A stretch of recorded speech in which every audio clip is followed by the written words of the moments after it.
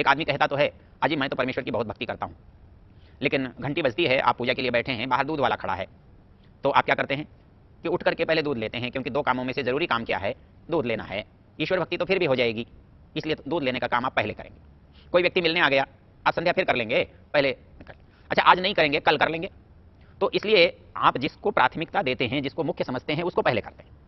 तो हमारे जीवन में हम जितना देखें तो ये देखेंगे कि हमारे पास सबसे गौण काम कोई है तो परमेश्वर की भक्ति है, परमेश्वर की उपासना है।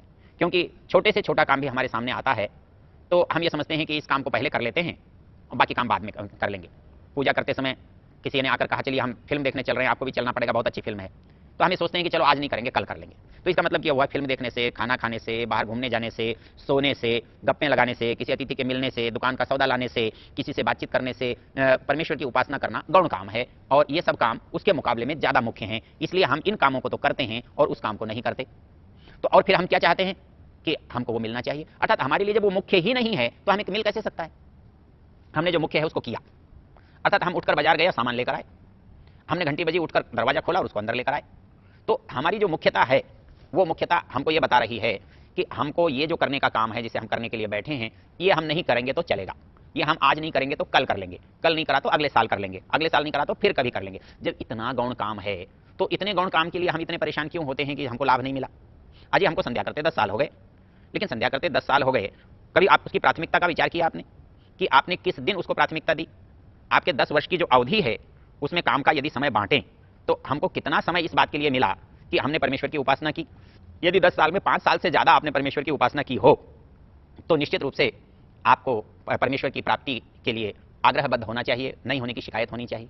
लेकिन यदि हम कल्पना करके देखें कि 24 घंटे के अंदर हम कितना समय परमेश्वर के लिए लगा सकते हैं, तो हम वैसे सोचते तो हैं कि शायद हम घंटा भर लगाएंगे, लेकिन यदि घंटा भर हम लगाते हैं कि नहीं लगाते इसका विवेचन करेंगे तो लगेगा कि हम प्रतिदिन नहीं लगाते। हम सोचते हैं कि हम आधा घंटा लगाते हैं, तो यदि निष्कर्ष निकालकर देखेंगे तो आधा घंटा भी नहीं लगाते, और यदि और निष्कर्ष लगाकर देखें तो लगता है कि बहुत थोड़ा समय लगाते हैं। यदि एक दिन में आपने आधा घंटा भी लगाया, जो कि लगाते नहीं हैं, तो 10 वर्ष में आपने कितना लगाया, तो उसके हिसाब से आपको क्या मिलना चाहिए। जिस जिस काम के लिए आपने समय लगाया, जिस जिस काम के लिए आपने परिश्रम किया, ऐसा कभी नहीं हो सकता वो आपको न मिले।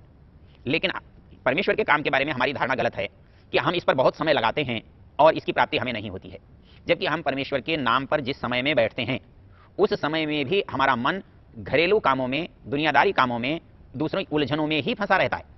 हम संध्या करते करते भी बहुत सारी यात्राएं मन से कर आते हैं, तो उस समय को आप परमेश्वर के खाते में कैसे डाल सकते हैं। तो इसलिए जिस चीज को हमने मुख्य नहीं माना उसके फल की अपेक्षा करना मूर्खता है।